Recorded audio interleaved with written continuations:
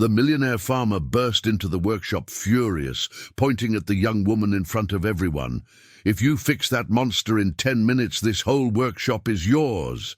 The men's laughter echoed like hammer blows, calling her the girl who just sweeps floors. "Hello, it's a pleasure to have you back. Please leave your like and tell me in the comments which city and state you're watching from." Ashley clenched her fists, climbed into the giant tractor under everyone's mocking gaze, and when she touched the hidden panel that no one else could see, the silence became dangerous.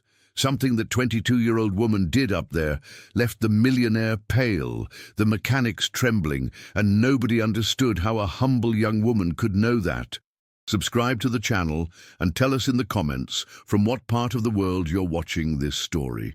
It all began in Millerville, Texas, in that equipment workshop outside Dallas, where the air always smelled of burnt diesel and old hydraulic fluid.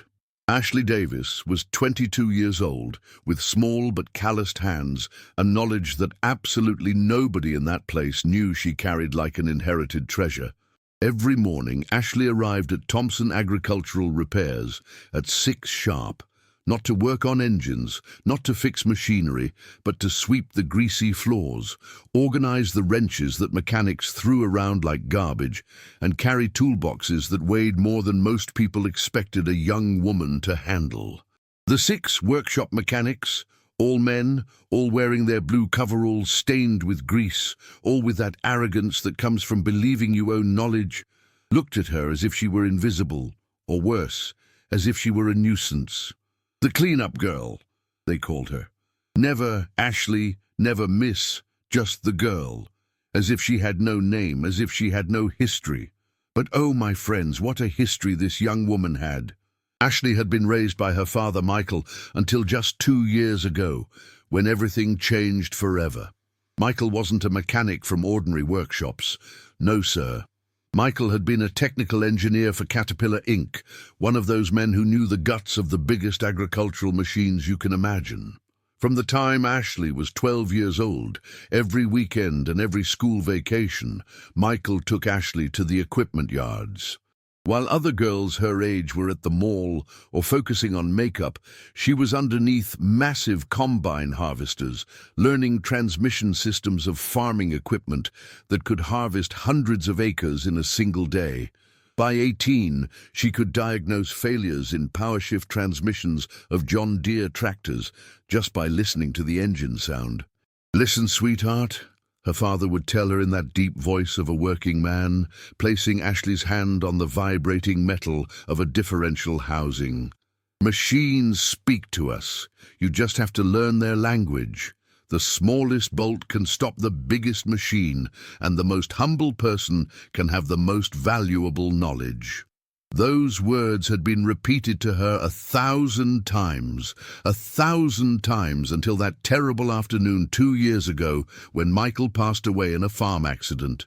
A hydraulic line that failed, a combine harvester that rolled over, and the man who had taught her everything, absolutely everything, was gone forever, leaving Ashley alone in this world with only her knowledge as inheritance.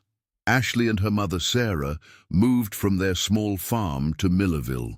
Sarah found work as a diner waitress, but they needed every penny they could get. When Ashley applied for mechanic positions at 12 different workshops, the response was always the same.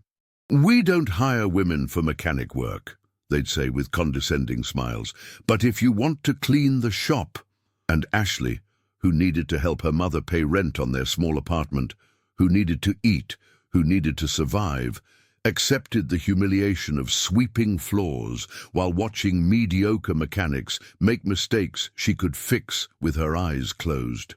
Robert Thompson, the workshop owner, was a 58-year-old man, pot-bellied, with a grey moustache and thick hands covered in gold rings. He had made his fortune, or so he claimed, fixing equipment for large agricultural operations. His head mechanic was Anthony Martinez, a burly man from Oklahoma, 48 years old, with 25 years of experience and an ego the size of a combine harvester. Anthony commanded the other 5 mechanics like a general, shouting orders, bragging about every repair as if he had invented the internal combustion engine. They treated Ashley worse than a cleaning rag. "Hey girl, bring me the 19mm wrench," Anthony would yell without even turning to look at her. "The floor is dirty, clean it again," Robert would order, while Ashley had just finished cleaning it an hour ago. "Careful, don't touch the tools with those pretty hands. These things are expensive," one of the mechanics would mock, and the others would laugh with the cruel humor of men who felt threatened by the possibility that a woman might know something they didn't. But Ashley endured it. She endured because her mother, Sarah, needed every dollar of the $280 weekly salary that barely helped them survive. She endured because every night in their small apartment, she would pull out the only book she had, a technical manual of Caterpillar transmissions that her father had given her before he passed, and she read it like it was the Bible, memorizing every diagram, every error code, every procedure. She waited for her moment. Meanwhile, in another corner of Texas, in the heights of Preston Hollow in Dallas, in a mansion with 20 rooms and a view of White Rock Lake, lived a man who had everything and had nothing. Richard Thompson, 52 years old, owner of Thompson Agricultural Holdings, one of the largest farming operations in Texas, estimated worth $85 million. Projects across 3 states, luxury trucks, watches that cost more than Ashley's family's annual income. But Richard Thompson was alone, terribly alone. 5 years ago, his wife had left him, taking their 2 children, Cameron and Jordan, who were now 16 and 13 years old. She had moved to California, blocked his number, changed her email address. The kids no longer called him Dad. They had erased him from their lives like you erase a pencil mistake. Richard had tried to fill that emptiness in every way possible. Parties, trips, women who lasted 2 weeks before getting bored with his bitterness. Nothing worked until he discovered vintage agricultural equipment. He became obsessed, bought antique tractors, purchased restored combines, bought plows from the 1960s, and one day at an auction in Oklahoma, he saw the jewel that would change his destiny. A Caterpillar 797F, year 2008. A colossal mining dump truck of 400 tons, painted bright yellow, with tires 13 feet high, and a C175 Acert engine with 4,000 horsepower. Richard paid $2.8 million for that machine. He transported it to a private warehouse he owned in Lancaster, south of Dallas, and put it there like it was a sculpture in a museum, his treasure, his comfort. Every weekend, he would go to the warehouse just to look at it, touch its cold metal, sit in its cabin, and pretend he was driving towards some place where pain didn't exist. But 6 months ago, the Caterpillar stopped working. Richard called the first mechanic, couldn't fix it. Called a second, neither could he. Called a third, fourth, fifth, nothing. He brought specialists from Houston, from San Antonio, nothing. Desperate, he paid $45,000 to bring 2 engineers directly from Illinois, certified Caterpillar technicians. They spent 3 weeks trying. They failed. 15 mechanics total, 6 months of attempts, and the Caterpillar remained silent, mocking him with its yellow, useless immensity. And now, to make matters worse, Richard was about to lose the biggest contract of his life, $50 million, to provide agricultural equipment for a massive farming operation in Nebraska. The state agriculture department demanded to see the Caterpillar running as proof that Thompson Agricultural Holdings had the technical capacity to maintain heavy equipment. The inspection was in 3 days. 3 days to make a machine work that had been defeating him for 6 months. Richard Thompson wasn't sleeping, wasn't eating well, was on the verge of collapse. This morning he woke up at 5 a.m., got in his black Ford F-350 Super Duty and decided to do something he had never done. Personally, go looking for mechanics instead of having them come to him. He drove toward Millerville. Someone had told him there was a good workshop there, owned by a guy named Robert. Richard had no hopes, but he also had no options. When his black truck arrived at the workshop entrance at 8:30 in the morning, all the mechanics stopped working. Not every day did a $90,000 truck arrive in that neighborhood. Richard got out of the vehicle wearing his Italian shoes, his impeccable white shirt, his Ray-Ban sunglasses. Robert came running to greet him, wiping his greasy hands on his coveralls. "Robert?" Richard asked with a tired voice. "Yes, sir. How can I help you?" "I need your best mechanics. I have urgent work. I'll pay well." Robert couldn't believe it. Richard Thompson in his workshop. He immediately gathered his 6 best men, including Anthony, and there, sweeping the floor near the door, invisible as always, was Ashley, listening to every word, not knowing that in the next few hours her entire life was going to turn like a wrench, tightening into her destiny forever. Richard Thompson explained the situation to Robert and the 6 mechanics gathered in a circle around his black truck. He told them about the Caterpillar 797F, about the 6 months without running, about the 15 specialists who had failed, about the $50 million contract he was about to lose. His voice trembled, not with fear, but with pure, contained desperation. "I need you to check it today," Richard said, pulling out his leather wallet. "I'll pay you $1,000 each to come to Lancaster now, and if any of you manages to fix it, I'll give you a $75,000 bonus." Cash. $75,000. The silence that followed was electric. Anthony looked at the other mechanics with that shark smile he wore when he smelled easy money. "Mr. Thompson," Anthony said with a honeyed voice, puffing out his chest like a fighting rooster, "I have 25 years of experience in transmissions. If those engineers from Illinois couldn't do it, it's because they don't know the tricks that we Texas mechanics know. Leave it to me." Richard nodded without much enthusiasm. He had heard that same arrogant confidence 14 times before. "Robert," Anthony ordered with a general's authority, "we need the complete toolboxes, all impact wrenches, scanners, multimeters, everything." Robert snapped his fingers in Ashley's direction, who was still sweeping near the entrance, trying not to exist. "You girl, load the tools in Mr. Thompson's truck and hurry up, we don't have all day." Ashley left the broom leaning against the wall, wiped her hands on her worn jeans, and began loading the incredibly heavy metal boxes. Each box weighed between 40 and 60 pounds. Anthony and the other mechanics climbed into the back of the F-350 without helping her, talking among themselves about how they would spend the $75,000. "I'm buying a motorcycle," said one. "I'm putting a down payment on a truck," said another. Ashley loaded 8 boxes total, sweating, her arms shaking from the effort. Nobody thanked her. Nobody looked at her. "Get in the back," Anthony ordered when she finished. "You'll need to carry the tools when we arrive." The trip from Millerville to Lancaster took 40 minutes. Ashley rode squeezed between the toolboxes in the truck bed, feeling every bump in the road. The mechanics rode up front with Richard, talking about football, women, money. She didn't exist to them. When they arrived at Richard's private warehouse in Lancaster, Ashley felt her heart stop. The warehouse was enormous, the size of a football stadium, with metal roof and concrete walls. But what took her breath away was what she saw in the center, under the bright white ceiling lights, the Caterpillar 797F. Good God, friends, it was a beast. A yellow cathedral of metal, 400 tons of steel, with tires taller than 3 men standing on each other's shoulders. The operator's cabin was 20 feet off the ground, accessible by a side ladder. The rear dump bed, designed for mining rocks, could contain 5,000 cubic feet of material, but it was silent, lifeless, like an extinct yellow dinosaur. Ashley knew that exact model. She knew it.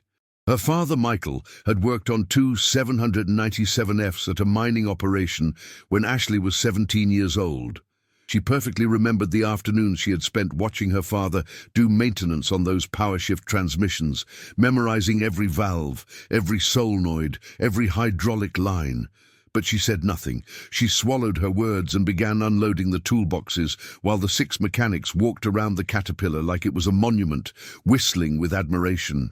"This must be worth millions," murmured one. More than we'll earn in our entire lives, another responded. Richard stood with arms crossed, watching. His jaw was tense. He had deep, dark circles under his eyes. This man was on the edge of the abyss. You have 2 hours, Richard said with a flat voice. After that, I have to leave for a meeting. Make it work. Anthony spat on the ground, rubbed his hands together, and started barking orders. For the next 2 hours, Ashley watched everything. She saw how Anthony and his mechanics connected scanners to the Caterpillar's diagnostic system.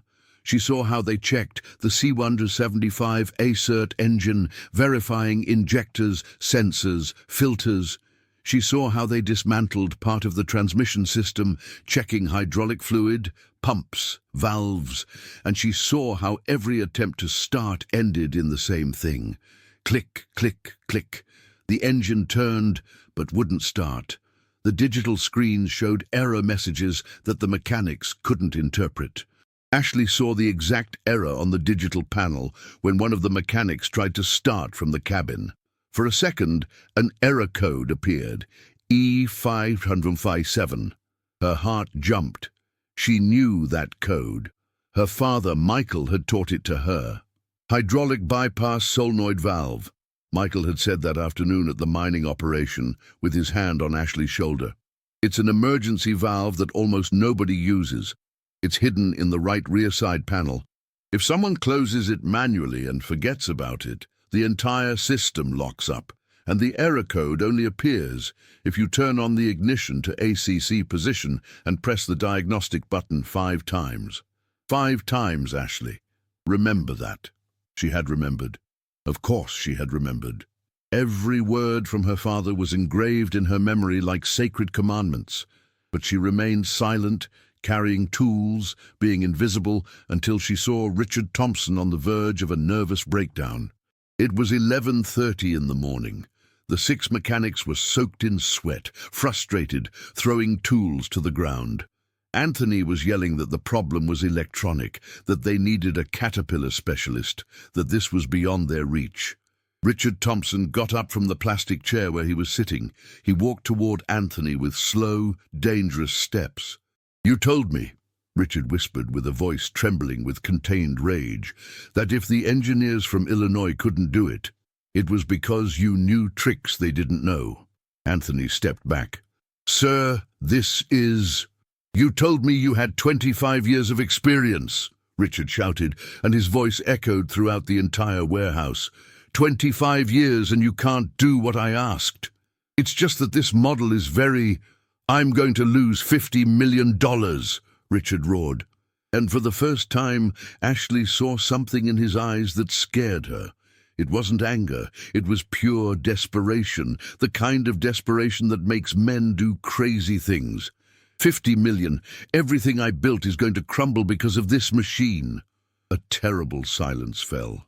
And then Ashley, unable to contain herself any longer, unable to keep storing the knowledge that burned inside her like fire, took 3 steps forward and spoke with a clear, firm voice.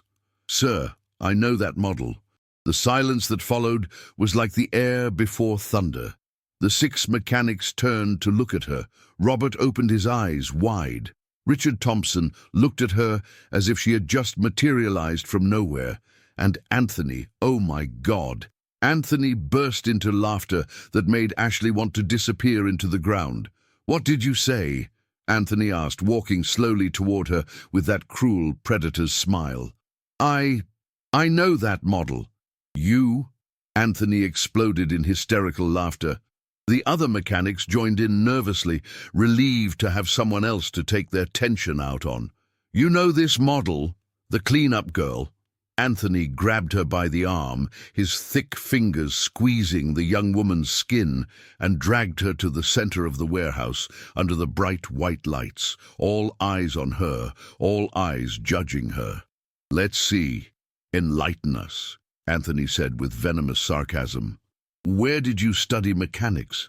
What technical institute? How many years of experience do you have working on real equipment, not just pushing a mop? Ashley felt her face burning. I didn't study at any institute. You didn't study? Anthony feigned exaggerated surprise, looking at the other mechanics. So how did you learn? Watching YouTube videos. The laughter was like knives. My father was an engineer for... Ah, your daddy! Anthony applauded mockingly. You learned by watching Daddy work. Do you have any certificate, any diploma, anything that proves you know something more than sweeping floors? No, but I... No! Anthony shouted triumphantly. You have nothing. You're a 22-year-old girl who sweeps floors and carries tools, and now you come to tell us, mechanics with decades of experience, that you know more than us. Richard Thompson watched the scene with a mixture of frustration and irritation. This was a waste of time. An absurd interruption in the middle of his crisis. Look, miss, Richard said with a cold, cutting voice. 15 specialists, including 2 engineers who came from Illinois, couldn't fix this machine in 6 months. And you think you can do it because your father taught you? Ashley raised her gaze. Her eyes were moist. But there was something there, something burning that Richard didn't expect. Yes, sir, she said with a firm voice. I can. Anthony burst into laughter so loud it echoed through the warehouse. And then, with that cruelty that only comes from insecurity and fear of losing, Anthony had an idea. Let's make a bet, Anthony shouted, turning toward Robert with eyes bright with malice. Robert, if this little girl fixes the caterpillar, let's say in 10 minutes, I'll give her my job. No, even better, the whole workshop is hers. Robert, caught by the pressure of all eyes, by Richard Thompson's presence, by his own wounded ego, let out a nervous laugh. All right, Robert said, thinking this was impossible, that this was just entertainment to relieve tension. If you fix it in 10 minutes, the workshop is yours. And if she fails? Anthony asked with pure poison in his voice. If you fail, Robert intervened with newly discovered cruelty, you never work in mechanics anywhere in Texas again. You'll go back to cleaning houses like your mother, and you leave the workshop today without pay. Richard, seeing for the first time in months something that distracted him from his misery, felt a spark of entertainment. A crooked smile appeared on his face, the first smile in a long time. And if you fail, Richard added with a mocking tone, you pay me the $6,000 I spent bringing these useless guys here out of your own pocket. $6,000. Ashley's family didn't even make that much in 3 months. That would mean not eating for weeks. Everyone expected her to back down, to cry, to ask for forgiveness, and return to her place of invisibility. But Ashley looked at the yellow caterpillar. She thought about her father, Michael. She thought about all the afternoons at the mining site. She thought about the manual she read every night in their small apartment. And she thought about the words her father had whispered to her the last time she saw him alive. The smallest bolt can stop the biggest machine, Ashley. And the most humble person can have the most valuable knowledge. Never let anyone make you feel small for what you know. Ashley raised her chin, looked Anthony straight in the eyes, then Robert, then Richard Thompson. I accept, she said with a voice clear as crystal. 10 minutes. And in that moment, my dear friends, destiny turned like a wrench tightening into its correct place. Anthony looked at his watch, a scratched silver Timex, and shouted with the voice of a cruel showman, your time starts now. Everyone expected Ashley to run toward the toolboxes, to ask for scanners, multimeters, impact wrenches, technical manuals, to do what any mechanic would do, disassemble, check, test. But Ashley did none of that.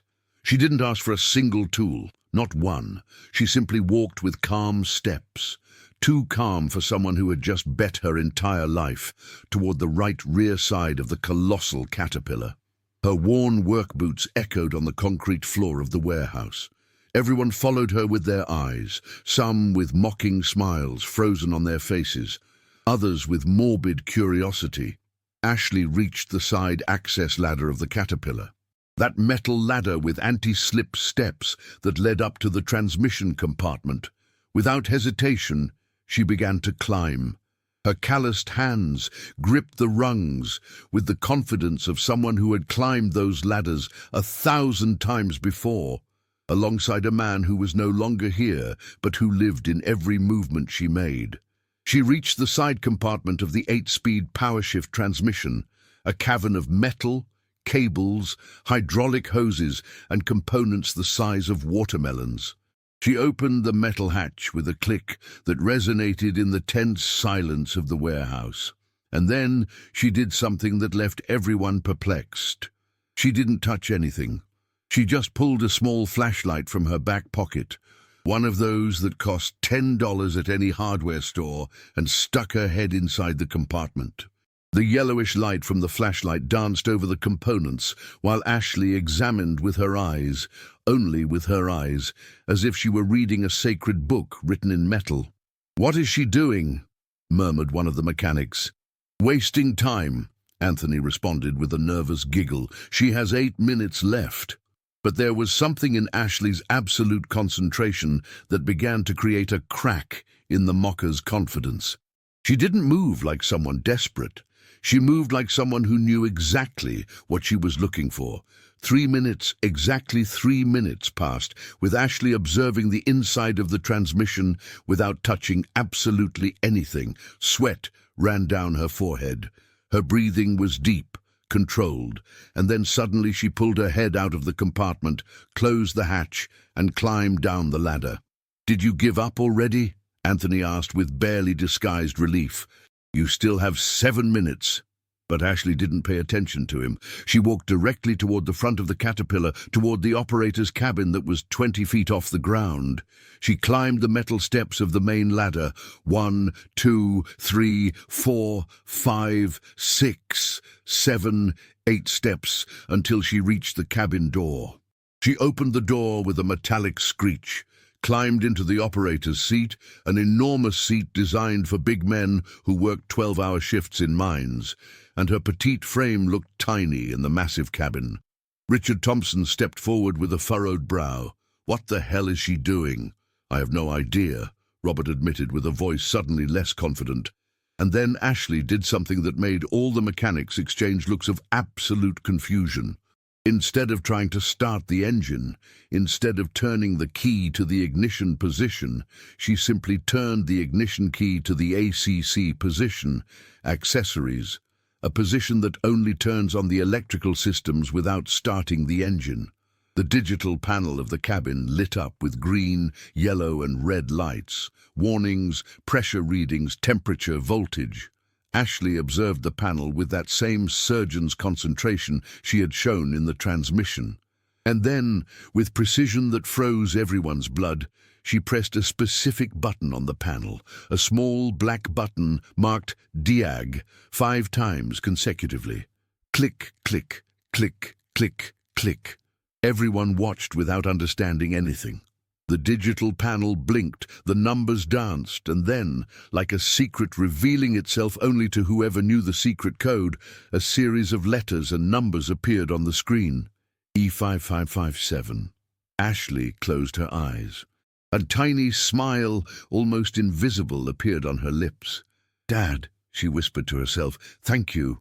She climbed down from the cabin with quick but controlled movements. She was no longer walking. She was almost running toward the rear of the Caterpillar. The mechanics followed her with their eyes, as if they were watching a sorceress perform an incomprehensible spell. "Does anyone understand what she's doing?" asked one of the young mechanics. "No idea," another responded. "But did you see how she found that code? None of us did that." Anthony clenched his jaw. Sweat ran down his temples. His watch showed 5 minutes and 30 seconds. Ashley reached a small side panel at the rear right of the Caterpillar, almost at ground level, a panel that was partially hidden behind a metal protection of the rear tire. A panel that none of the 15 previous mechanics had opened because they didn't even know it existed. She knelt on the greasy ground.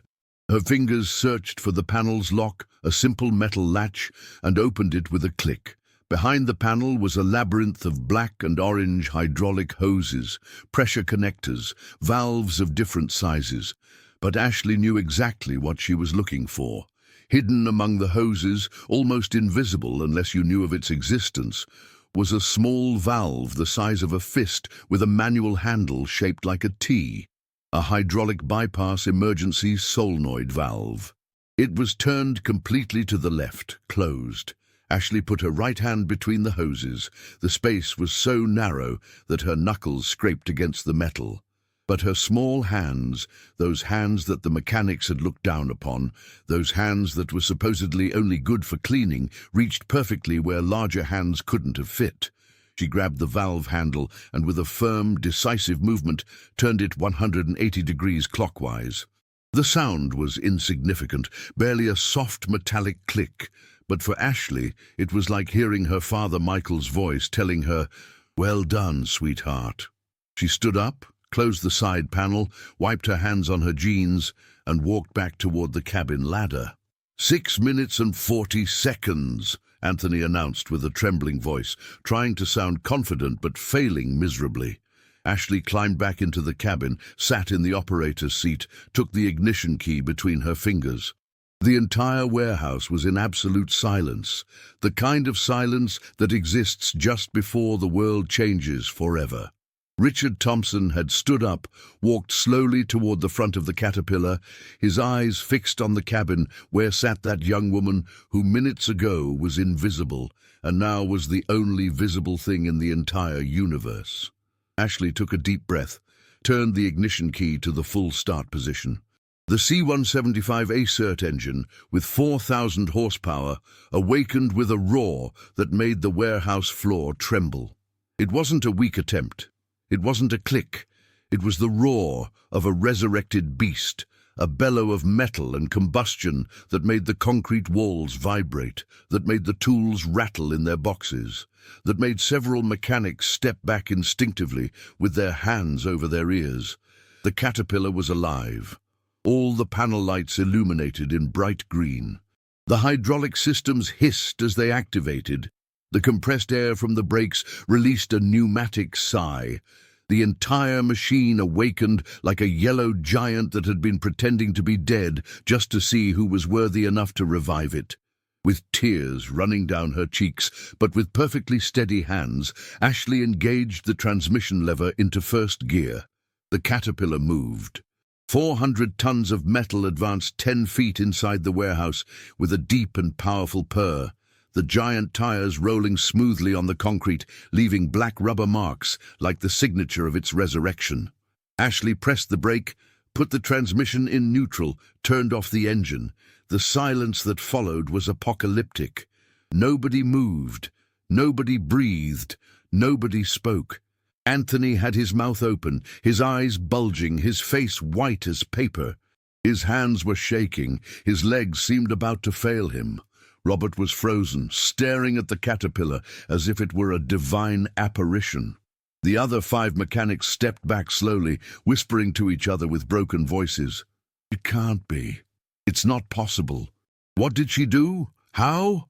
But Richard Thompson, oh my friends, Richard Thompson was standing in front of the Caterpillar with the water bottle he had been holding now shattered at his feet, the water forming a puddle around his expensive Italian shoes. He didn't notice the broken glass, didn't notice the water, didn't notice anything except that yellow machine that had been his torture for 6 months and was now purring victoriously, defying reality itself. He walked slowly toward Ashley like a hypnotized man, extended his trembling hand and touched the yellow body as if he needed to confirm it was real, that he wasn't dreaming. And then, for the first time in 5 years, 5 years since his wife left him, since his children erased him from their lives, since emptiness settled in his chest like a tumor, Richard Thompson smiled. It wasn't a smile of joy.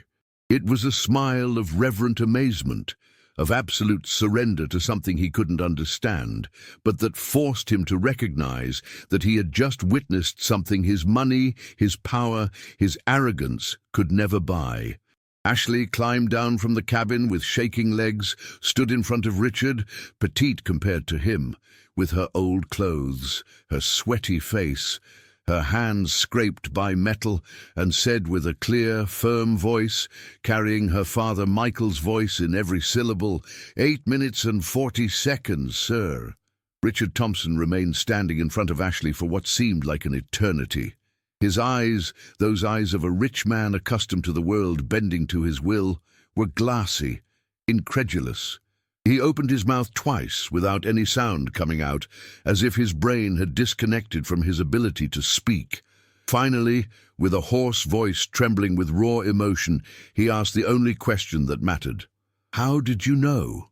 Ashley wiped the tears with the back of her hand, leaving a grease stain on her cheek. She breathed deeply, as if preparing to speak of something sacred. "The E557 code, sir," she began with a soft but firm voice. "That code indicates failure in the hydraulic bypass circuit of the transmission system. It's an error that almost nobody knows because it doesn't appear in Caterpillar's commercial manuals.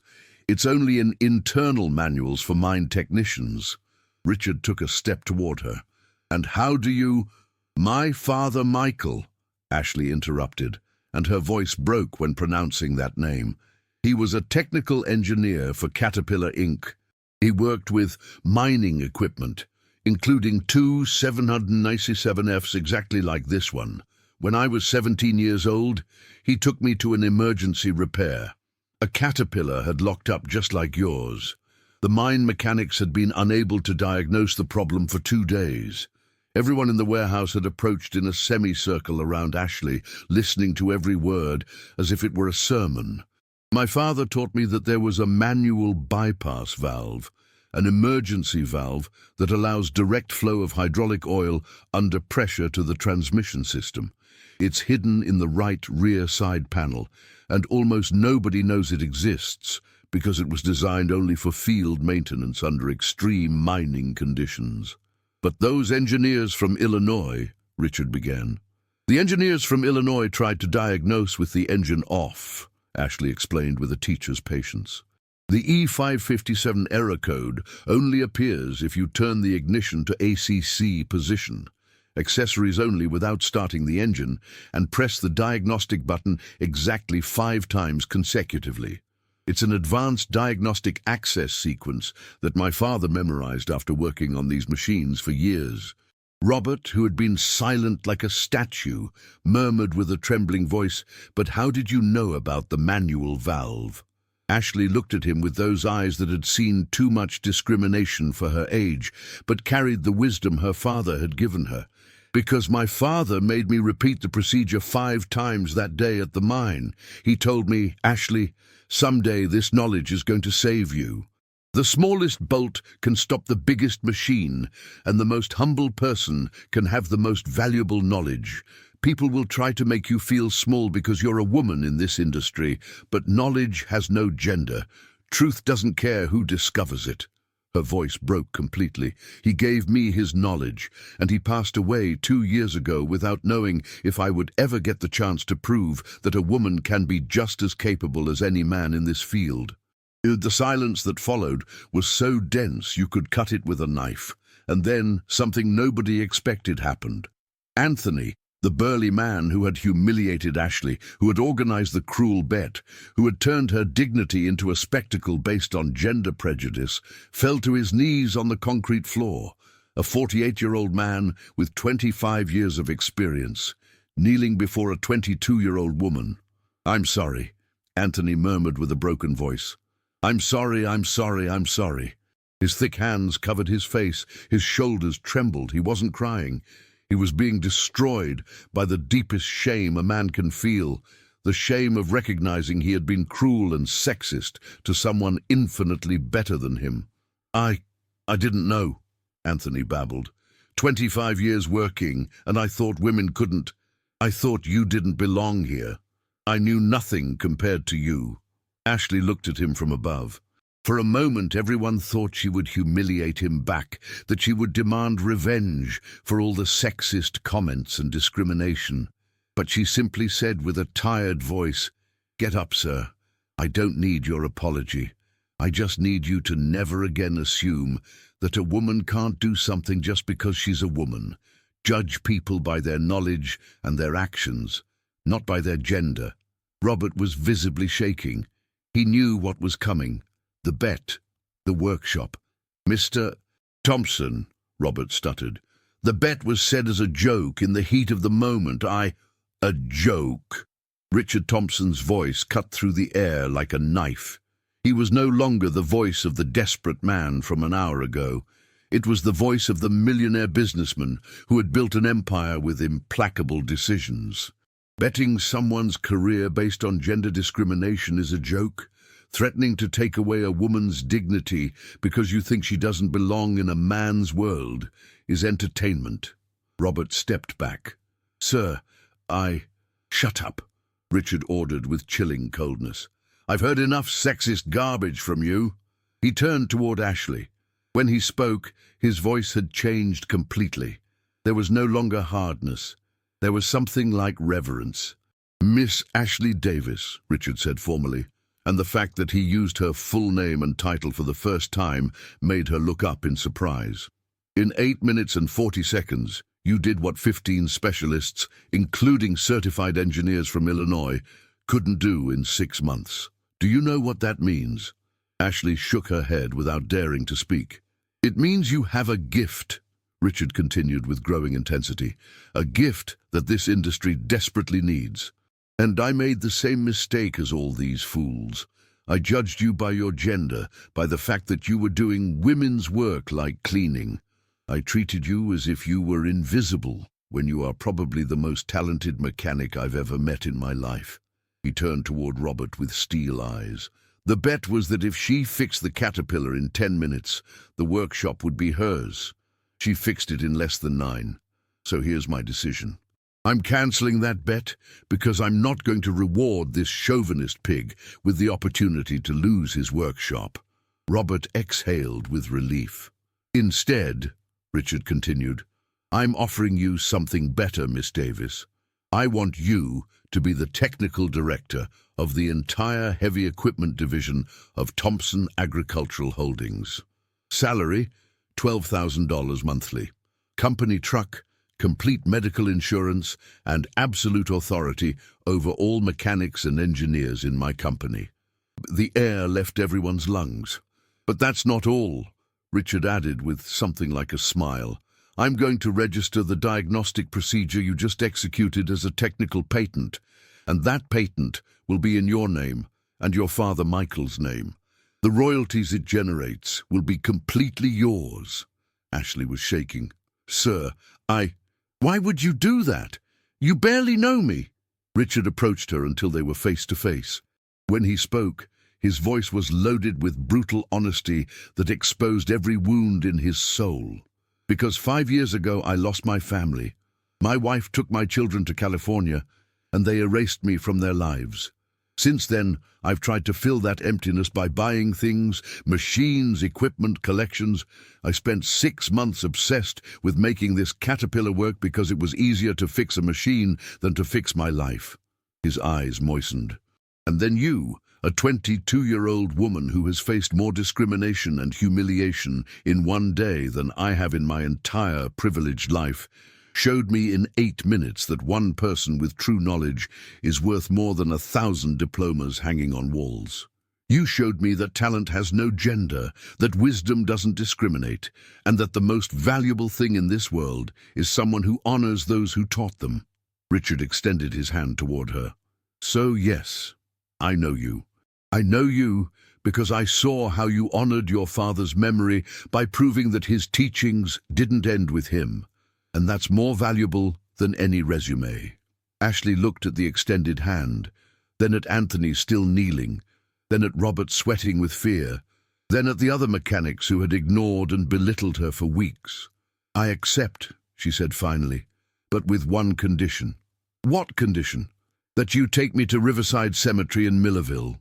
I want to visit my father Michael's grave and tell him that his teachings didn't end with him, that they saved this machine, that they proved a woman can excel in any field if given the chance."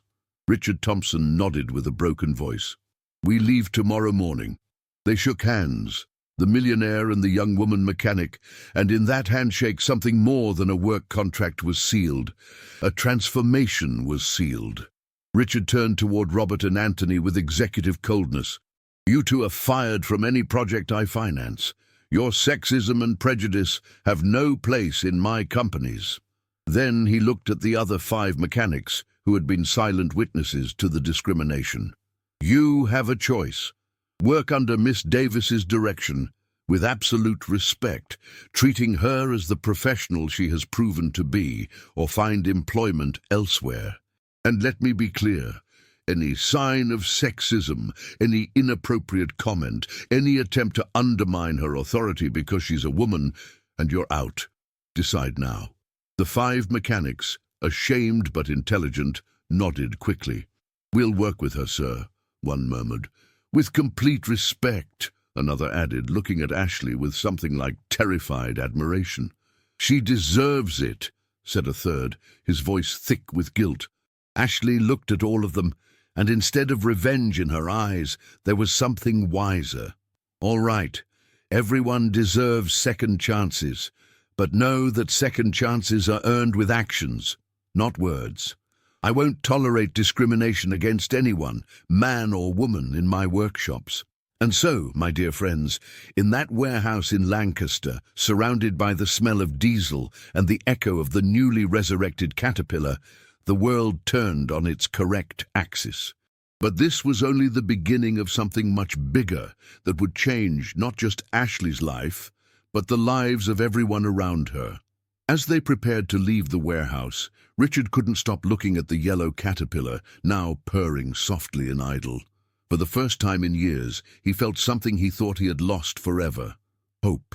Not the artificial hope that money can buy, but the real hope that comes from witnessing something truly extraordinary. Ashley gathered the few tools she had used back into their box, but her movements were different now. She was no longer the invisible woman who swept floors while enduring sexist comments.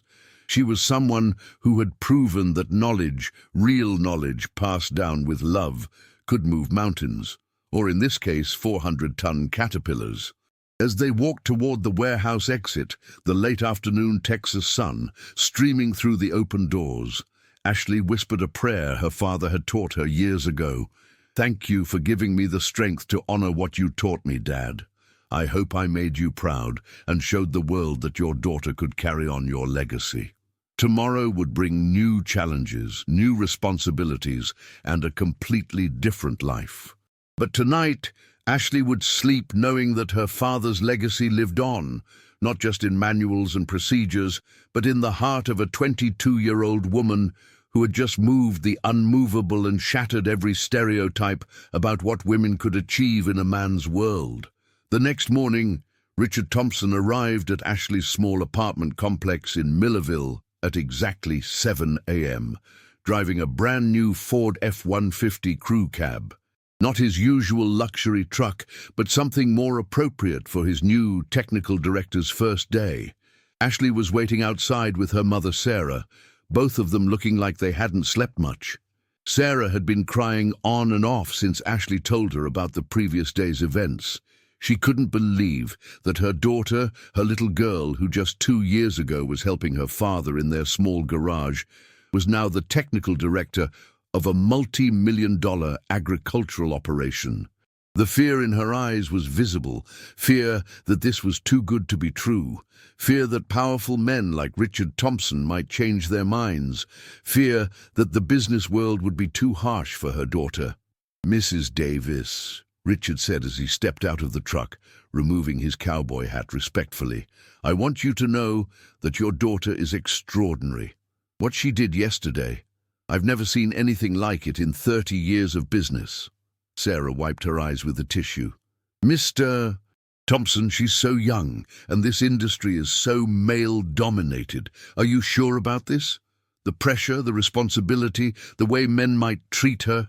Ma'am, Richard interrupted gently. Your daughter just proved that talent transcends gender prejudice. I've seen men with engineering degrees and decades of experience fail where Ashley succeeded in minutes. The question isn't whether she's ready for this industry. The question is whether this industry is ready for her. Ashley climbed into the passenger seat of the F-150, adjusting the seat for her smaller frame, but her eyes burning with determination. Where are we going first, Mr. Thompson? First, Richard said, starting the engine, we're going to visit your father. Then I want to show you something that's going to change everything. The drive to Riverside Cemetery took 20 minutes through the rolling hills of East Texas. During the ride, Richard explained to Ashley what her new role would actually entail. Thompson Agricultural Holdings operated 12 equipment maintenance facilities across Texas, Oklahoma, and Arkansas.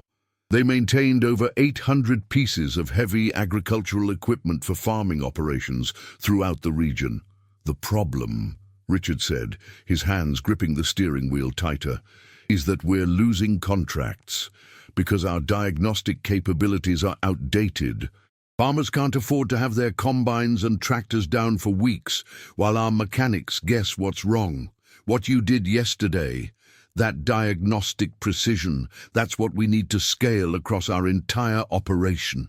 Ashley listened intently, but her mind kept drifting to what she would say to her father's grave. How do you tell someone who has passed that their teachings just changed your entire life? That the hours spent crawling under machinery in dusty equipment yards, despite people saying, "That's no place for a young lady," had led to this moment. They arrived at Riverside Cemetery as the morning sun was breaking through the oak trees that lined the gravel roads between the headstones. Michael Davis's grave was in the newer section, marked by a simple granite stone that read, "Michael James Davis, 1979-2022. Beloved father and engineer. His knowledge lives on." Ashley knelt in front of the headstone while Richard stood respectfully back. For several minutes, Ashley just stared at her father's name engraved in stone, feeling the weight of everything that had happened in the last 24 hours. Finally, she began to speak, her voice barely above a whisper. "Dad, I wish you could see what happened yesterday. Remember that emergency repair at the mining site when I was 17? The hydraulic bypass valve you taught me about. It saved me, Dad. It saved everything." Tears started flowing down Ashley's cheeks. "I used your knowledge to fix a machine that 15 specialists couldn't repair. And now I have a real job. A position where I can prove that women belong in this field." She wiped her nose with her sleeve. "Mr. Thompson wants me to teach other mechanics what you taught me. He says I can honor your memory by passing on what you gave me, and by showing the industry that talent has no gender. I don't know if I'm strong enough to face all the sexism I'll encounter, but I'll try, Dad. I'll try to make you proud and change things for other women who love machines like we do." Richard found himself wiping his own eyes as he watched this young woman pour her heart out to a granite stone. The raw honesty of Ashley's words reminded Richard of his own children, Cameron and Jordan, who he hadn't spoken to in a meaningful way in over a year. When was the last time he had been that vulnerable, that genuine with anyone? After 10 more minutes, Ashley stood up, kissed her fingertips, and touched them to her father's name on the headstone. "I love you, Dad. Watch over me today." She turned to Richard with red eyes but a determined expression. "I'm ready, Mr. Thompson." Dean, their next stop was the Thompson Agricultural Holdings main facility in Cedar Creek, about 30 miles south of Dallas. The complex was enormous, 40,000 square feet of workshop space, administrative offices, parts warehouses, and testing bays. As Richard's F-150 pulled through the security gates, Ashley's eyes widened at the scale of the operation.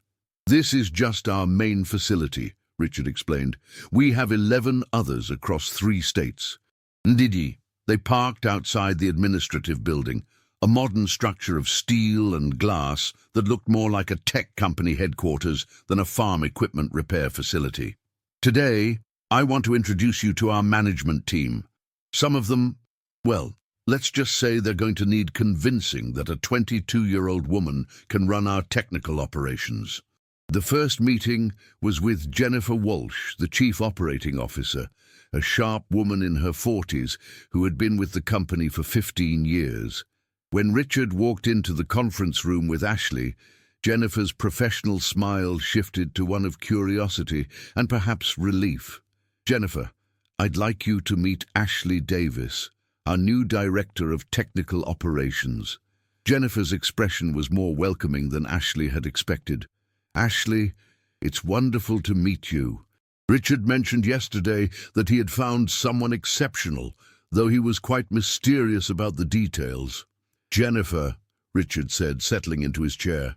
"Ashley diagnosed and repaired a problem on my Caterpillar 797F that 15 specialists, including certified engineers from Illinois, couldn't solve in 6 months. She did it in under 9 minutes." Jennifer's eyebrows rose with genuine interest rather than skepticism. "That's remarkable. I have to say, it's refreshing to see another woman in a technical leadership role. This industry has been stubbornly male-dominated for too long." She turned to Ashley. "What's your background? Where did you train?" Ashley felt a moment of familiar anxiety about her lack of formal credentials, but Richard's encouraging nod gave her confidence. "I don't have a traditional engineering degree, Mrs. Walsh. My father was a technical engineer for Caterpillar, and he taught me diagnostics and repair procedures from the time I was 12. Everything I know comes from hands-on experience and his knowledge." Jennifer leaned forward with interest. "Practical experience often trumps classroom theory. And please call me Jennifer. I'd love to hear about your diagnostic approach." Ashley pulled out her father's old technical manual from her backpack, the pages worn soft from years of use, margins filled with handwritten notes in Michael Davis's careful engineering script. "This manual contains diagnostic procedures for 17 different models of heavy equipment. My father spent 20 years developing these procedures, and he taught every single one to me. Not because he thought I'd run a company someday, but because he believed knowledge should never be wasted, regardless of who possesses it." Ashley opened to a page covered with hydraulic system diagrams. Jennifer studied the manual with obvious appreciation. "These are incredibly detailed. Your father was clearly gifted." She looked up at Ashley. "I'll be honest, I was hoping Richard would eventually hire a woman for technical leadership. We need more female representation in this field, and having someone with your apparent expertise could open doors for other women." "Actually," Ashley said, "that's something I'm passionate about. I'd like to develop mentorship programs for young women interested in mechanical careers. Too many girls are told that working with machines isn't ladylike, or that they don't have the physical strength. But intelligence and precision matter more than brute force in modern equipment maintenance." Richard watched the interaction with satisfaction. He had worried about potential gender bias in his management team, but Jennifer's enthusiasm was genuine. "Jennifer, I want Ashley to review our current diagnostic protocols and identify improvement opportunities. Can you set up facility tours and meetings with our regional managers?" "Absolutely," Jennifer replied. "And Ashley, I'd like to introduce you to our field supervisors. A few of them are traditional in their thinking about women in technical roles, but if you can demonstrate your expertise the way Richard described, I think you'll win them over quickly." The rest of the morning was spent touring the facility and meeting key personnel. Ashley noticed the range of reactions. Some mechanics were openly skeptical about taking direction from a young woman, others were professional but reserved, and a few seemed genuinely interested in learning from her expertise. By lunchtime, Ashley had identified several inefficiencies in their diagnostic procedures and proposed solutions that could save both time and money. Richard was impressed not just by her technical knowledge, but by her diplomatic approach to handling gender bias without compromising her authority.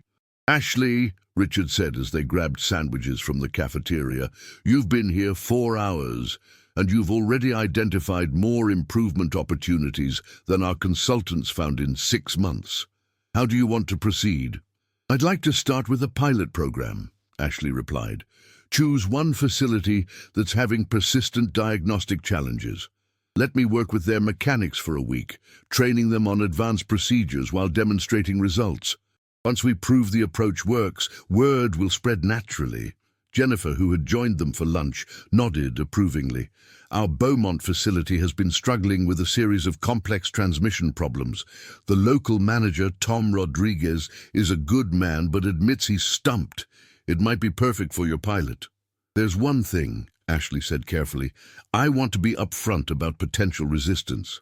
Some mechanics might resent taking instruction from a woman, especially one younger than them. How should we handle that? Richard's expression hardened slightly.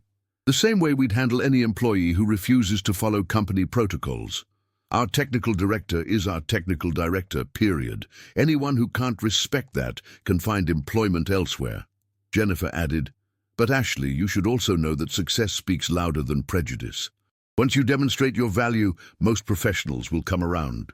The few who don't, well, they're usually not the employees we want to keep anyway." That afternoon, Ashley reviewed diagnostic reports from all 12 facilities, identifying patterns and recurring problems. Her father's training allowed her to spot issues that others had missed, and she developed a prioritized list of improvements that could be implemented systematically. As the day wound down, Richard felt a satisfaction he hadn't experienced in years. Hiring Ashley wasn't just filling a position, it was beginning a transformation of his company's culture. For too long, they had operated like many agricultural businesses, conservative, traditional, resistant to change. Ashley represented something different: innovation, inclusivity, and excellence based on merit rather than convention. "Ashley," Richard said as they prepared to leave, "tomorrow I want you to call Tom Rodriguez and set up your Beaumont pilot program. Take whatever time you need, whatever resources you require. I want you to succeed not just for our company, but for every young woman who dreams of a career in this field." Ashley smiled, feeling a warmth that had nothing to do with the Texas heat. "Thank you, Mr. Thompson. I won't let you down." As they drove back toward Millerville, Ashley thought about her father and how proud he would be. Not just that she had found success, but that she was using his knowledge to break barriers and open doors for others. The real work was just beginning, but for the first time since her father's accident, Ashley felt like she was exactly where she was meant to be. She was no longer just Michael Davis's daughter or the girl who swept floors at Thompson Agricultural Repairs. She was Ashley Davis, technical director, and she was going to change the world, one diagnostic procedure at a time. That evening, over dinner with her mother, Ashley shared the day's experiences. Sarah's initial fears had given way to pride and excitement about her daughter's future. "Your father always said you had the best mechanical instincts he'd ever seen," Sarah said, tears in her eyes. "I just never imagined." "I know, Mom," Ashley replied, taking her mother's hand. "Neither did I. But I think this is what Dad always prepared me for. Not just to be a mechanic, but to be a leader, to prove that knowledge and determination matter more than stereotypes." As she lay in bed that night, Ashley made a silent promise to her father's memory. She would honor his teachings not just by fixing machines, but by fixing an industry that had excluded too many talented people simply because of their gender. Tomorrow would bring new challenges, but tonight she felt ready for anything. 3 months had passed since that life-changing day in the Lancaster warehouse, and the transformation was nothing short of miraculous. Ashley Davis, now 22 years old and gaining confidence daily, had not only proven herself as the most capable technical director Thompson Agricultural Holdings had ever seen, but she had revolutionized the entire industry's approach to equipment diagnostics while breaking gender barriers that had existed for decades. The pilot program at the Beaumont facility had been an overwhelming success. What started as a 1-week training session had turned into a complete cultural transformation. The mechanics, initially skeptical about taking direction from a young woman, had become Ashley's most vocal supporters after witnessing her diagnostic abilities firsthand. Tom Rodriguez, the facility manager, had written to Richard personally, "Miss Davis hasn't just improved our efficiency by 40%. She's shown my team that expertise comes in all forms, and we're all better mechanics for having learned from her." But today was special for a different reason. Today, Richard Thompson was driving to Dallas-Fort Worth Airport to pick up 2 very important visitors. His children, Cameron and Jordan, who were flying in from California for their first visit to Texas in 3 years. The relationship repair that had begun with Ashley's influence was finally bearing fruit. The transformation in Richard's priorities had been dramatic. Watching Ashley honor her father's memory while building her own legacy had forced Richard to confront his own failings as a parent. He had started therapy, begun the difficult work of acknowledging his mistakes, and slowly rebuilt communication with his children through careful, honest conversations. Cameron, now 18, was a freshman at UCLA studying computer engineering. Jordan, 16, had developed an interest in sustainable agriculture and was considering Texas A&M for college. Both had been intrigued by their father's stories about Ashley and the positive changes happening at Thompson Agricultural Holdings. Meanwhile, Ashley was dealing with challenges she never could have imagined 3 months ago. Success at such a young age, combined with being a woman in a male-dominated field, brought scrutiny from competitors, skeptics, and industry traditionalists who questioned whether her rapid promotion was merit-based or merely tokenism. This morning, Ashley was at the Beaumont facility, working on what the local media had dubbed the impossible case, though she hated the sensationalized coverage her work sometimes received. It was a massive John Deere S790 combine harvester belonging to Crawford Family Farms, one of the largest rice operations in southeast Texas. The combine had developed an intermittent hydraulic failure that caused the entire harvesting system to shut down randomly during operation. 8 different mechanics from 4 different companies had worked on it over 3 months. The hydraulic system had been completely rebuilt twice. Every pump, every valve, every control module had been replaced or tested. The combine would operate perfectly for hours, sometimes entire days, then suddenly lose all hydraulic power. No error codes, no warning signs, no pattern anyone could identify. Crawford Family Farms was facing potential bankruptcy if they couldn't harvest their rice crop within the next 2 weeks. Ashley had been studying the case files for 4 days, and this morning she had requested something her predecessors had overlooked. She wanted to interview Martha Crawford, the 73-year-old matriarch of Crawford Family Farms, who had been operating combines for over 50 years.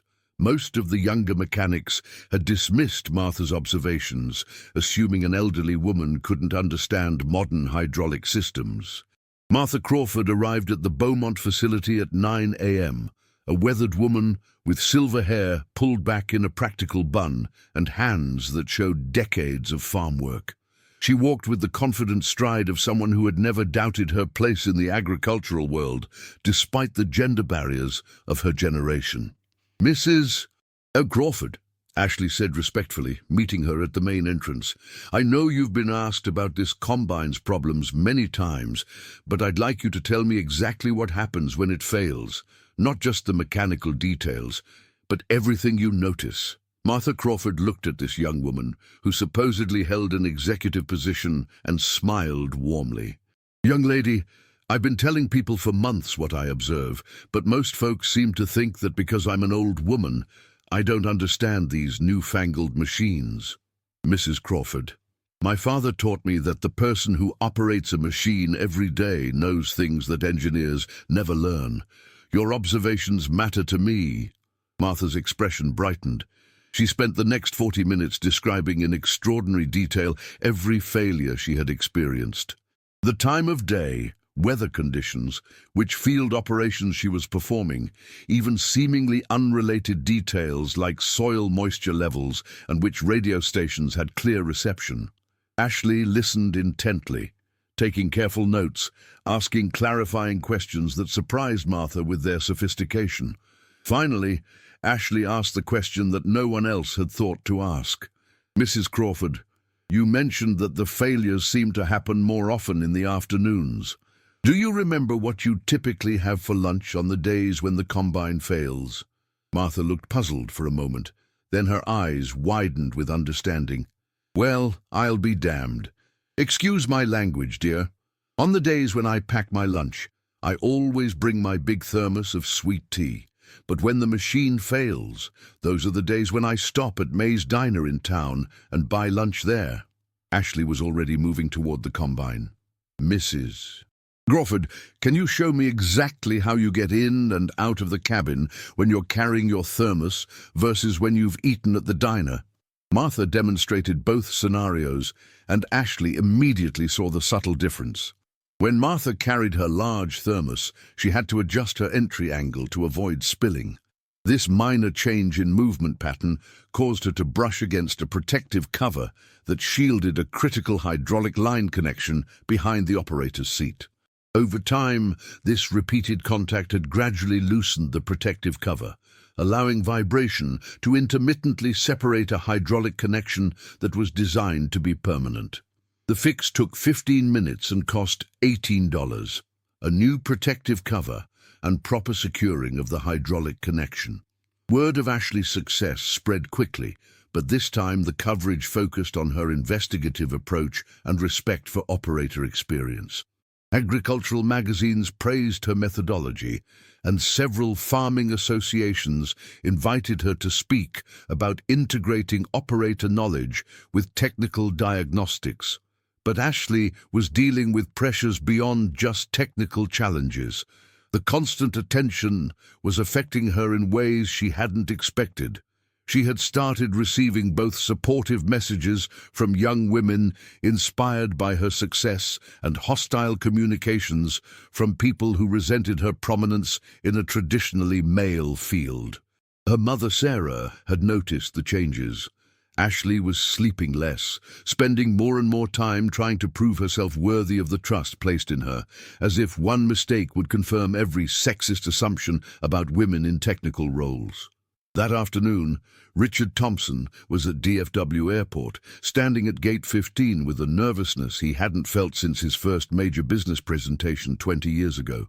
Flight 1247 from Los Angeles was on final approach, carrying his children for what felt like his last chance to rebuild their relationship.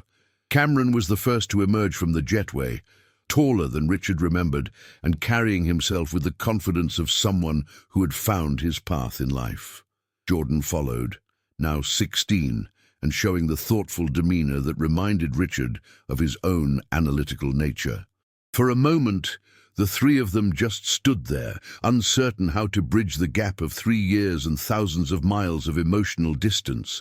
Then Cameron stepped forward and, to Richard's amazement, hugged him, not the obligatory embrace of a distant relative, but a real hug that carried forgiveness and hope.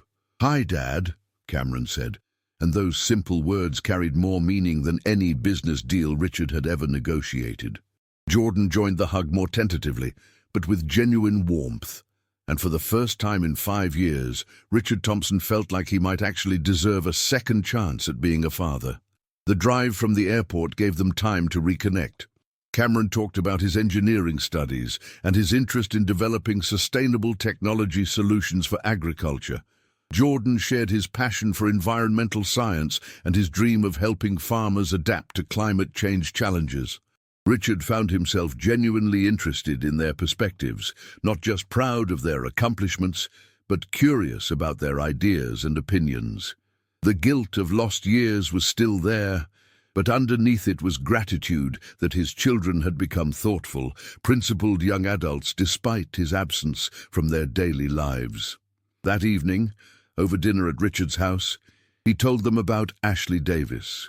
He described the day in the warehouse, the impossible repair, the courage she had shown in facing down gender discrimination, and the transformation her success had sparked in his own understanding of leadership and fairness. "I want you to meet her tomorrow," Richard said. "Not because she's some kind of business prodigy, though she certainly is that. I want you to meet her because she reminded me what it means to honor the people who taught you, and to use your gifts to change systems that exclude capable people for the wrong reasons."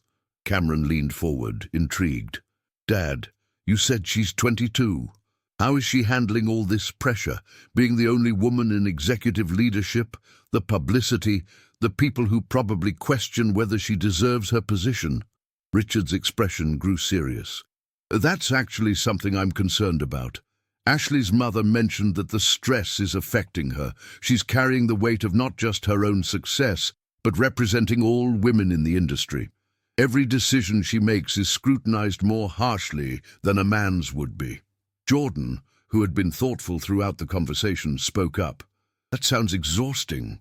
Does she have peers her age she can talk to? People who understand the pressure but aren't depending on her to break barriers for them? The question hit Richard with sudden clarity. In all his pride about Ashley's accomplishments, all his excitement about the positive changes she had brought to the company, he had never considered whether Ashley simply needed friends who saw her as Ashley, not as the symbol of women's progress in agricultural technology. "You know," Richard said slowly, "I don't think she does. Everyone in her professional life sees her as the solution to diversity problems, or the proof that women can excel in technical fields. She probably doesn't have anyone who just wants to hang out and talk about normal things." Cameron and Jordan exchanged glances. "Dad," Cameron said carefully, "maybe that's something we could help with, not trying to mentor her or give advice, just being people who know her as Ashley, not as the technical director or the barrier breaker or the role model, just as someone our age who happens to be really good at fixing machines." The next morning, Richard brought Cameron and Jordan to the Beaumont facility.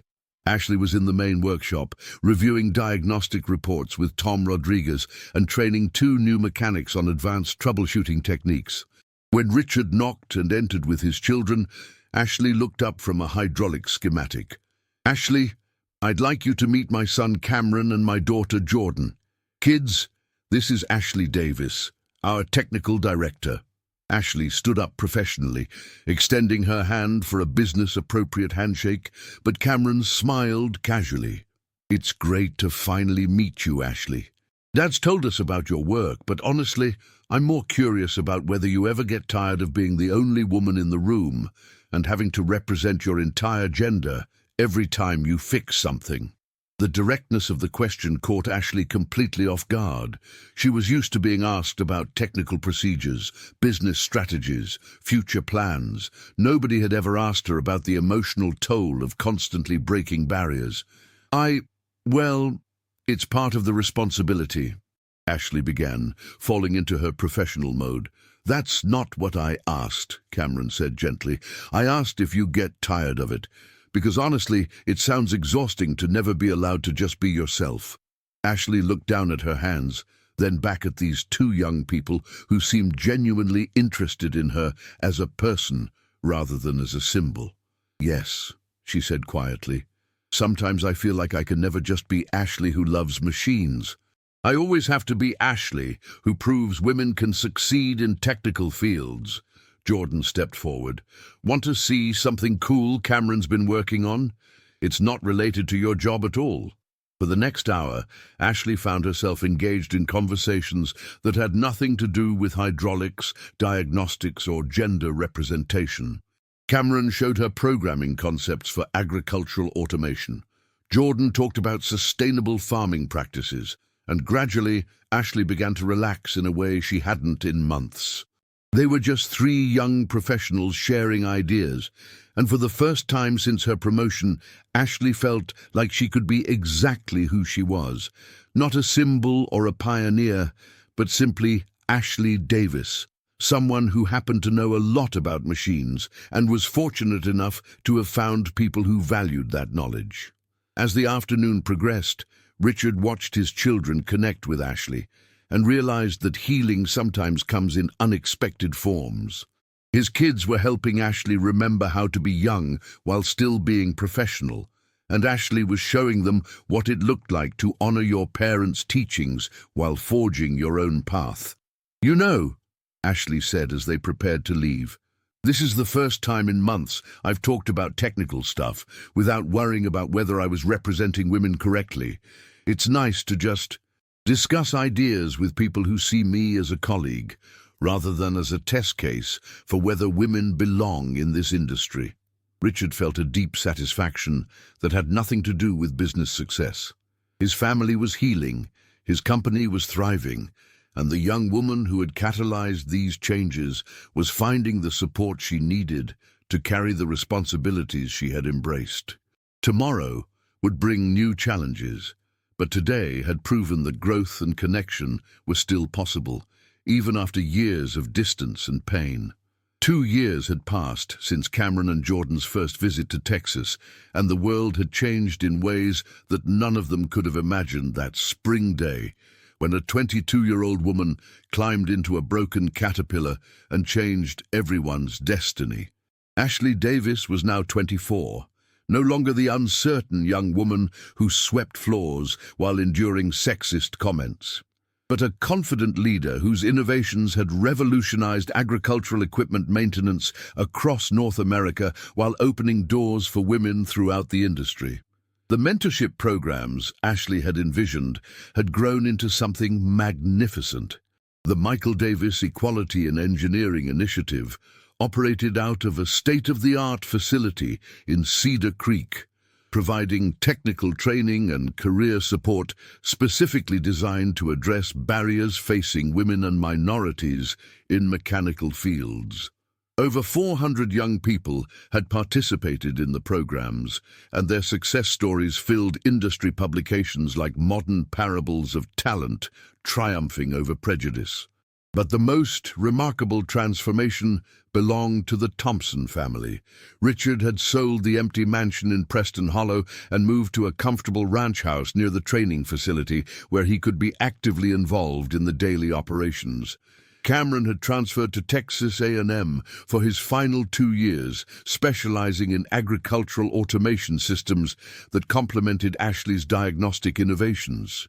Jordan had convinced her mother to let her finish high school in Texas, and at 18, she was already enrolled in environmental engineering courses while working part-time as a research coordinator for the initiative.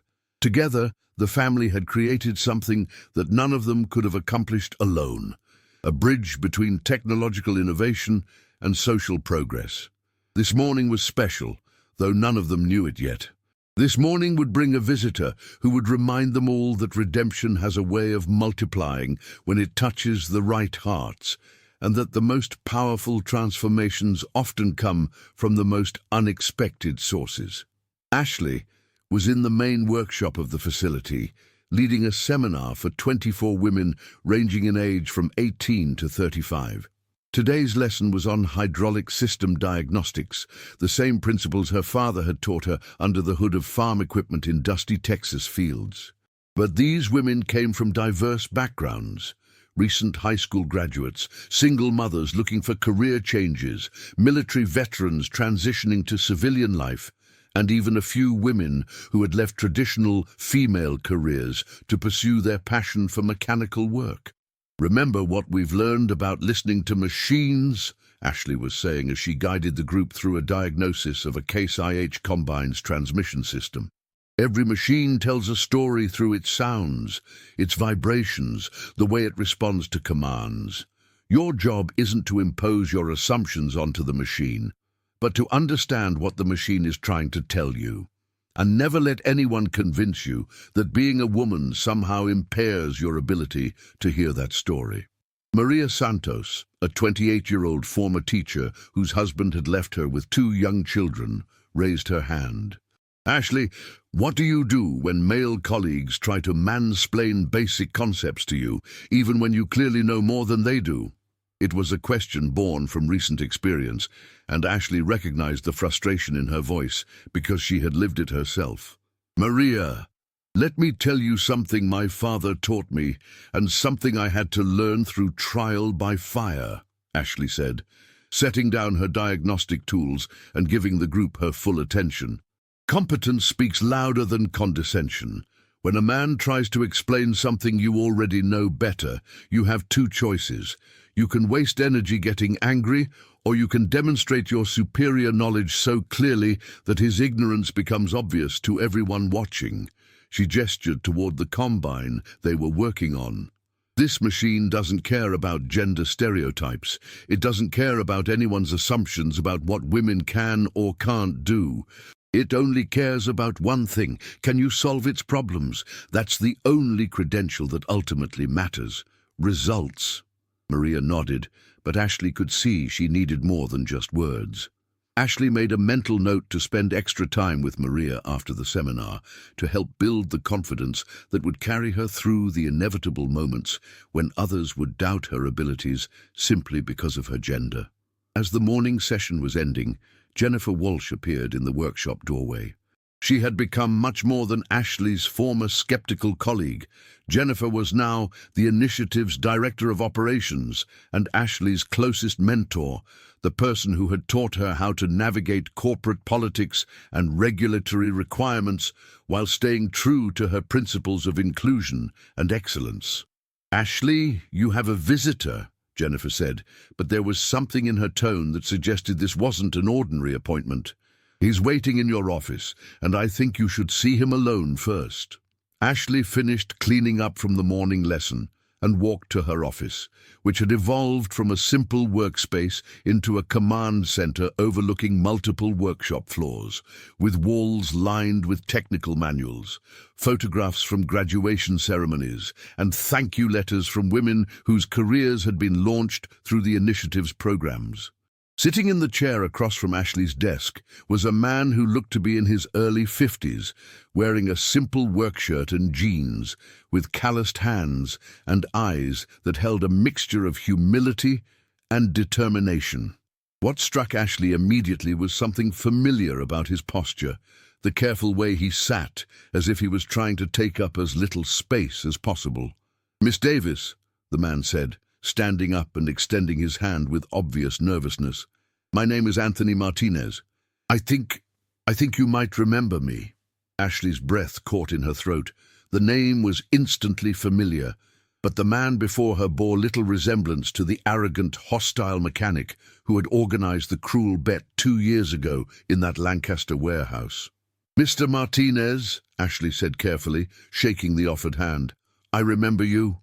I know this is unexpected, and I'll understand if you don't want to talk to me," Anthony said, his voice barely above a whisper. "But I've driven here from Oklahoma because I needed to tell you something in person and to ask you for something I probably don't deserve." Ashley gestured for Anthony to sit back down. Despite everything that had happened between them, Ashley found herself curious rather than angry. The man sitting across from her desk was clearly someone who had been fundamentally changed by whatever he had experienced since their last encounter.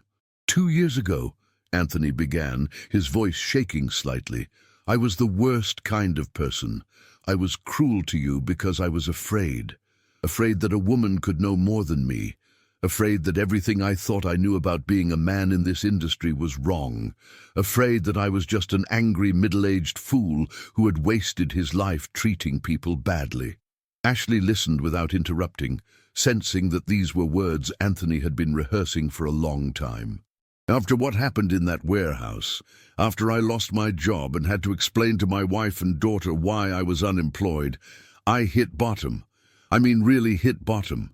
I started drinking too much, blamed everyone else for my problems, felt sorry for myself." Anthony paused, struggling with emotions that were clearly still raw. "But then I started hearing stories about you, about this initiative, about what you were doing for women who wanted careers in technical fields. And I realized something that nearly broke me. You had taken the worst day of your life, when people like me tried to destroy your dignity, and you had turned it into something that was helping hundreds of other women." Ashley felt her throat tighten with unexpected emotion. She had never thought about her work in those terms, had never seen the connection between her own humiliation and her desire to help others avoid the same experience. "I got sober," Anthony continued. "It took me 14 months, but I got clean and started trying to become the kind of man my family could be proud of. I got a job at a small repair shop in Tulsa, starting at the bottom, learning to listen instead of always trying to prove how much I knew, learning to work alongside women as equals." He reached into his shirt pocket and pulled out a folded piece of paper. 8 months ago, my daughter started having trouble finding work after graduating from technical college. She's brilliant with hydraulic systems, but shop after shop told her they weren't hiring women for mechanical positions. Sound familiar?" Anthony unfolded the paper and placed it on Ashley's desk. It was an application for the Michael Davis Equality in Engineering Initiative, filled out in careful handwriting. Her name is Sofia Martinez. She's 23 years old, and she needs what this program offers more than anything in the world. But more than that, I think she needs to see what's possible when someone refuses to let prejudice define their limits. Ashley looked at the application, then back at Anthony. Mr. Martinez, why didn't you just mail this application? Why drive all the way here to deliver it in person? Anthony's eyes filled with tears that he didn't try to hide. Because I needed to look you in the eye and tell you that I'm sorry. Not just sorry for what I did to you 2 years ago, but sorry it took me so long to understand what you were really doing. You weren't just fixing a machine that day. You were showing all of us what grace looks like, what it means to be bigger than the people who try to tear you down. The word grace hung in the air between them, and Ashley felt a familiar stirring in her heart, the same feeling she got when she read the evening prayers her father had taught her, the quiet sense that sometimes healing works through the most unlikely circumstances. Mr. Martinez, Ashley said slowly, your daughter's application will be processed just like any other. If she qualifies for the program, she'll be accepted based on her potential and our ability to help her achieve her goals. Anthony nodded gratefully. That's all I could ask for. He stood up to leave, then turned back. Ashley, can I tell you something else? Every night for the past 2 years, I've prayed that someday I would have the chance to tell you that you changed my life. Not just that day in the warehouse, but every day since, because you showed me that it's possible to rise above the worst things people do to us. After Anthony left, Ashley sat alone in her office for a long time, thinking about forgiveness and second chances and the mysterious ways that pain can be transformed into purpose. Her phone buzzed with a text from Richard. Family dinner tonight at the ranch. Cameron's making his famous barbecue ribs. Can you and your mom make it? These family dinners had become a weekly tradition, a time when the extended family that had formed around shared values and mutual support could celebrate their victories and support each other through challenges. Sarah had initially been overwhelmed by her inclusion in this successful family's life, but she had come to understand that what Richard really needed wasn't gratitude but belonging, the chance to be part of something larger than business success. That evening, as they gathered around Richard's kitchen table, Ashley told them about Anthony's visit. The room fell quiet as she described the transformation she had witnessed in a man who had once represented everything cruel and small-minded about workplace discrimination. You know what amazes me, Cameron said, pausing from serving ribs, is how this whole thing started with Dad's desperation and your humiliation, and somehow it's become this force for healing that just keeps spreading to more and more people. Jordan, now 18, and preparing to start her freshman year at Texas A&M on a full scholarship for environmental engineering, nodded thoughtfully. It's like that ripple effect we talk about in physics. One action creates waves that travel far beyond what you could ever predict or control. Richard, who had been quiet through most of the dinner conversation, looked around the table at these young people who had taught him what family actually meant. I think about that day in the warehouse sometimes, and I realize that what I thought was rock bottom was actually the foundation for the best part of my life. He turned to Ashley. Not because of the business success or the recognition, though those things matter, but because watching you honor your father's memory by becoming the leader he raised you to be, that showed me it's never too late to become the man I should have been from the beginning. Sarah wiped her eyes with her napkin. She still marveled sometimes at how their lives had changed. The small apartment in Millerville had been replaced by a beautiful house that Richard had insisted on providing, not as charity, but as recognition of Ashley's contributions to the company and the community. More importantly, Ashley was thriving in ways that transcended financial security. She was confident, compassionate, and grounded in principles that would serve her regardless of what the future brought. After dinner, as they sat on Richard's front porch watching the sunset paint the Texas sky in shades of gold and crimson, Ashley pulled out her phone to check the initiative's email account. There was a message that made her heart leap with joy. An acceptance letter from the National Association of Women Engineers, informing her that she had been selected as their youngest ever recipient of the Excellence in Leadership Award. "Everyone," Ashley said, looking up from her phone with tears in her eyes, "I just won a National Engineering Leadership Award." The eruption of celebration, hugs, and congratulations that followed reminded Ashley that success is always sweeter when shared with people who love you for who you are, not what you've accomplished. Later that night, as the family was getting ready to leave, Richard pulled Ashley aside. "I have something for you," he said, handing Ashley a small wooden box. "I've been saving this for the right moment."